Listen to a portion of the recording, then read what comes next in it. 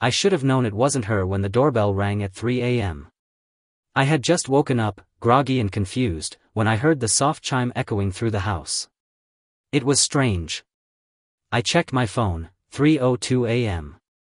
The chill that crept over me wasn't from the cool night air. It was from the fact that no one was supposed to be here. No one ever visited at this hour. I dragged myself out of bed and tiptoed down the dark hallway. My heart thudded in my chest. Maybe it was a mistake. Maybe someone was lost, needing directions. I tried to reassure myself, but as I reached the door, the knot in my stomach tightened. When I looked through the peephole, I froze. It wasn't a stranger. It was my wife. Or at least, it looked like her. Her face was pale, her dark hair disheveled. Her eyes were wide but vacant. She was standing perfectly still, staring through the door with an unsettling blank expression. I felt a rush of relief, until a deep unease crept in. I hadn't heard her leave the house. She'd been sitting at the kitchen table an hour ago, smiling, eating dinner. Something wasn't right. I stepped back from the peephole, glanced at the kitchen, but there was no sign she had left. Then the knock came. Soft. 3 taps.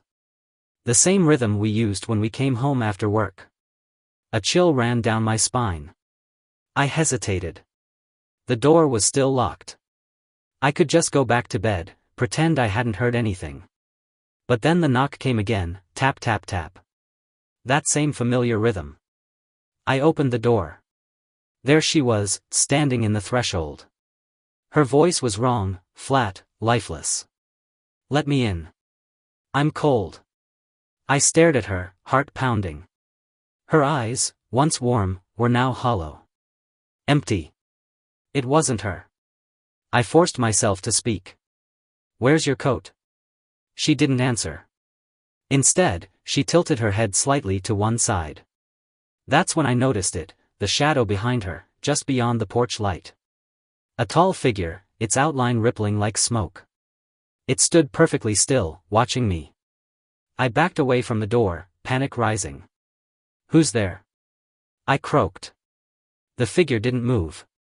But I felt its presence, thick, oppressive, like it was waiting for me to make the next move. I turned to look at my phone. A message appeared from my wife, "Don't let it in." "It's not me." A loud thump echoed from the door. Another. The thing outside was pushing against it, relentless. I backed into the kitchen, my phone still clutched in my shaking hand. The figure outside moved closer. I could hear